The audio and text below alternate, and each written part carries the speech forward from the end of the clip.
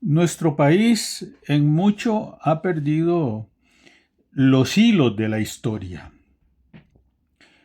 Ha habido una deficiencia eh, institucional de lo que se enseña en los contenidos y hemos dejado a veces temas que son relevantes, digamos que han marcado la vida política de Costa Rica. Y efectivamente, así como les mencionaba, el libro de don Carlos Roberto Loría existe para la administración de José Figueres Ferrer, 1970-1974, el libro del periodista Julio Suñol. Julio Suñol fue también diputado de la República, fue opositor al Partido de Liberación Nacional en aquellas coaliciones que tenía el partido que en unas épocas se llamó Unificación Nacional, pero digamos era la oposición liberacionista. Julio Suñol, un periodista del Diario de Costa Rica, un periodista incisivo, investigador serio y profundo, escribió un libro titulado Robert Livesco, el hombre que compró una república.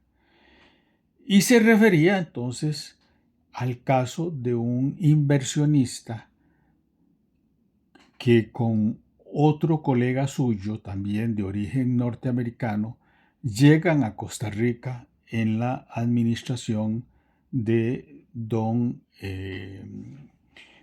Pepe Figueres Ferrer en los años 72-73. Y eran grandes inversionistas, habían hecho su capital en los Estados Unidos con diferentes tipos de empresas, luego habían pasado a Bahamas y de Bahamas traen, digamos, el capital, digamos, a Costa Rica. Aquí en Costa Rica invierten en un sinnúmero de actividades, incluida la vivienda a través del Instituto del INBU, ¿verdad? El Instituto Nacional de Vivienda y Urbanismo, en proyectos de agua. Eso, digamos, del dinero que podíamos ver, digamos, las inversiones. Las inversiones eran capitales multimillonarios para la época, ¿verdad? Robert Liviesco era perseguido evidentemente por los Estados Unidos por haber cometido delitos económicos en los Estados Unidos. Por eso también había estado en Suiza y parte de su capital también estaba en Suiza. Pasó un largo periodo en Costa Rica, desde el año 72 hasta el año 78, en que el presidente Rodrigo Carazo sí lo expulsa de Costa Rica. Pero durante la administración de José Figueres Ferrer y de Daniel Oduber Quirós, Robert Livesco fue un gran financista que apoyó, digamos, al Partido de Liberación Nacional y apoyó a los gobiernos seguidos de Figueres Ferrer y de Oduber Quirós. Evidentemente hubo muchísimas críticas en la Asamblea Legislativa a las formas, digamos, en que se invertía en el país y hubo una famosa comparecencia de Robert Vesco en televisión nacional y en el libro ahí está señalado claramente que porque después todo salió a la luz pública y en el libro de don Julio Suñol estaba publicado el discurso que dio Vesco en televisión. Ese discurso, después los hechos lo probaron, se lo había escrito José Figueres Ferrer, a Robert Livesco. Y de ahí, pues, una expresión que muy de don Pepe, que dijo, bueno, es mejor que yo le escriba los discursos a Vesco que Vesco me los escriba a mí, ¿verdad? Entonces, esa es una época también muy oscura de Capital porque finalmente Vesco, una vez expulsado por el gobierno de Rodrigo Carazo Odio, se traslada a Cuba. Y ya ahí su capital había girado mucho.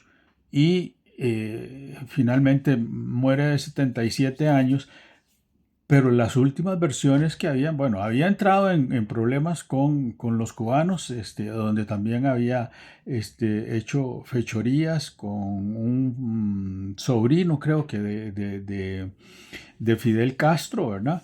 Pero sobre todo el capital había girado a inversiones, digamos, en actividades de narcotráfico. No siempre lo fue, evidentemente. Es una forma de dinamizar, digamos, la economía. Pero, digamos, el caso de Robert Livesco era un super capital, digamos, que finalmente era casi que parte del presupuesto nacional. Es más, había un decir en esa época que Robert Vesco vino multimillonario a Costa Rica y que cuando se fue apenas era millonario. Es decir, había hecho una enorme inversión en el país. Y eso evidentemente que tanto a los gobiernos de José Figueres Ferrer y a los gobiernos de Daniel Oduber le produjeron, digamos, fuertes críticas en términos, digamos, de esa dependencia del capital directo, inyectado directamente por los inversionistas acá en actividades que le correspondía al gobierno desarrollar, ¿verdad? A cambio de eso, pues había favores en las actividades que ellos realizaban. En el caso de José Figueres sí era claro porque él lo aceptó que era, digamos, era su socio, era un socio capitalista. Y también se habla de el dinero para la creación del periódico Excelsior, como en ese entonces los periódicos eran muy severos con todos los partidos, no es como hoy día que solo con un partido, ¿verdad? Y favorece a los otros. En el pasado la crítica era demoledora contra el Partido de Liberación Nacional y notablemente contra la figura de José Figueres y de Daniel Oduber. Entonces, quiero decir, todos esos son antecedentes que demuestran, digamos, que en mucho el Partido de Liberación Nacional ha sido sostenido por el capital inversor extranjero y ilícitamente, incluso entrando en conflicto con el gobierno de los Estados Unidos. Robert Livesco también estuvo acusado en la inversión, digamos, que lleva a la presidencia a Richard Nixon en Estados Unidos. Es decir, estamos hablando de un capital inmenso, quizás de los grandes inversionistas que han venido a Costa Rica y que se convierten casi en los reales y verdaderos gobernantes de este país, ¿verdad? De esos temas encontramos que en la historia de Costa Rica no se nos habla y se nos niega y no se nos muestra justamente esa cara de esos inversores, ¿verdad?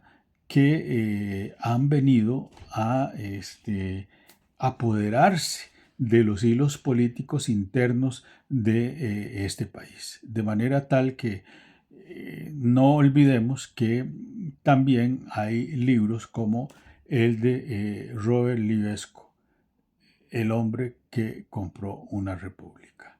Y si tienen tiempo de buscarlo en las bibliotecas, todavía se encuentra ese libro. Y ese libro es mucho más fácil de encontrar que el de don Carlos Roberto Loría. Nos seguimos viendo.